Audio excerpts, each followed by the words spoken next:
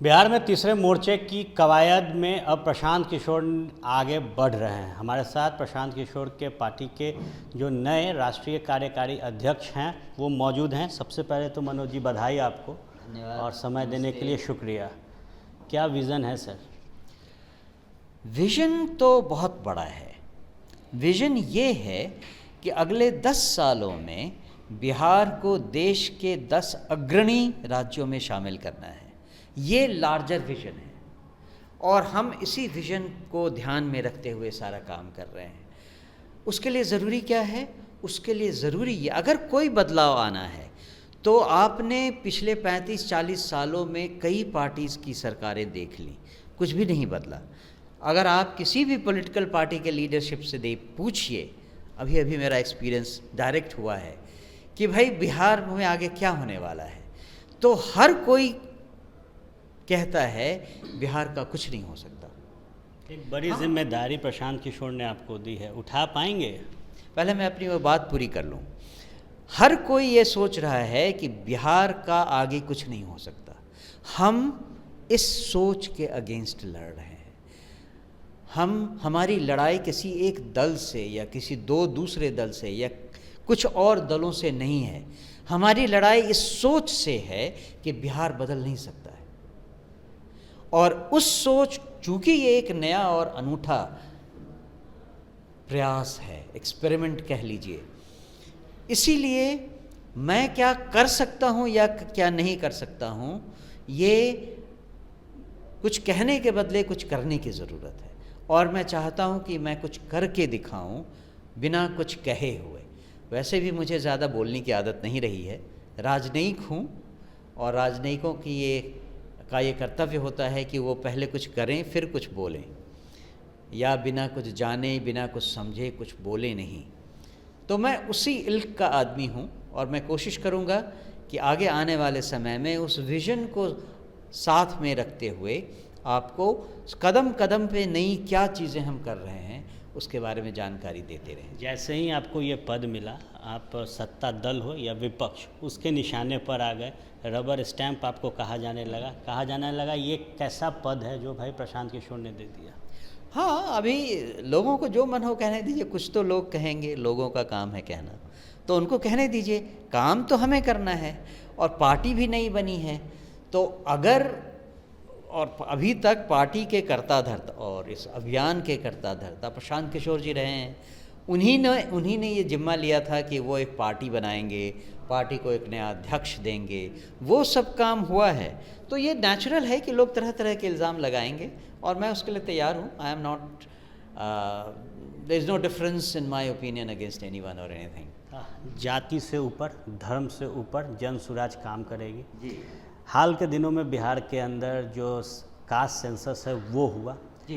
Caste census के बाद मंडल और कमंडल की चर्चा होने लगी। लेकिन ऐसे वक्त में आपको प्रशांत किशोर ने जिम्मेदारी दी, तो सवाल ये कि क्या प्रशांत किशोर मंडल और कमंडल के बीच एक बड़ी दूरी और बड़ी लकीर दलित चेहरे को बैठाकर कर रहे हैं? मैं इस बात को एक दूसरे तरीके से आपको एक्सप्लेन करना चाहूँगा।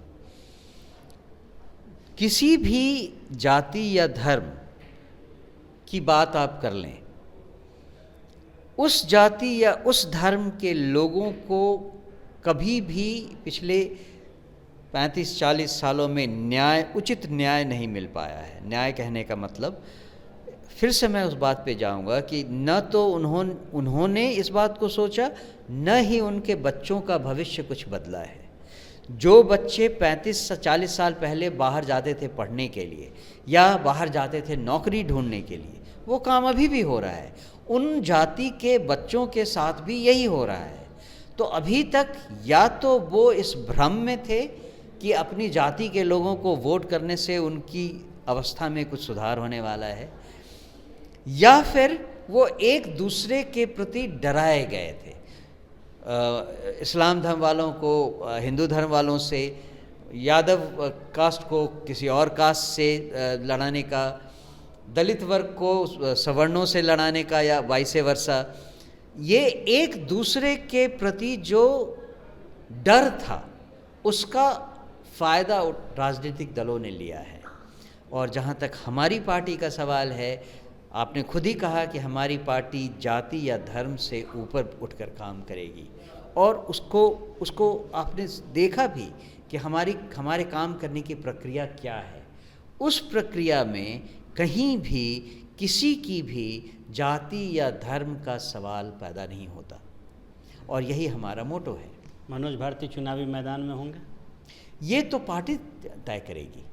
मैं तो केवल एक अध्यक्ष हूँ जो कि पार्टी के कार्यक्रमों को निर्धारित करेगी, लेकिन जैसा हमारा लक्ष्य रहा है, जैसा हमारा मोटो रहा है, कौन कहाँ से लड़ने के लिए खड़ा किया जाएगा, ये उस कॉन्स्टिट्यूएंसी की जनता डिसाइड करेगी।